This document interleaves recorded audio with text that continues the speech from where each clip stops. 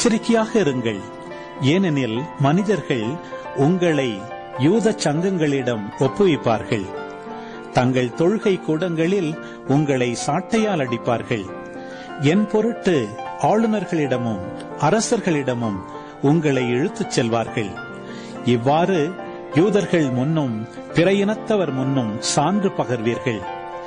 இப்படி அவர்கள் உங்களை ஒப்புவிக்கும் பொழுது என்ன பேசுவது, எப்படி பேசுவது என நீங்கள் கவலைப்பட வேண்டாம். நீங்கள் என்ன பேச வேண்டும் என்பது அந்நேரத்தில் உங்களுக்கு அருளப்படும். ஏனெனில் பேசுபவர் நீங்கள் அல்ல, மாறாக உங்கள் தந்தையின் ஆவியாரே உங்கள் வழியாய் பேசுவார். சகோதரர் சகோதரிகள் தம் உடன் சகோதரர் சகோதரிகளையும் தந்தையர் பிள்ளைகளையும் கொல்வதற்கென ஒப்புவிப்பார்கள். பிள்ளைகள் பெற்றோர்க்கு எதிராக எழுந்து அவர்களை கொல்வார்கள்.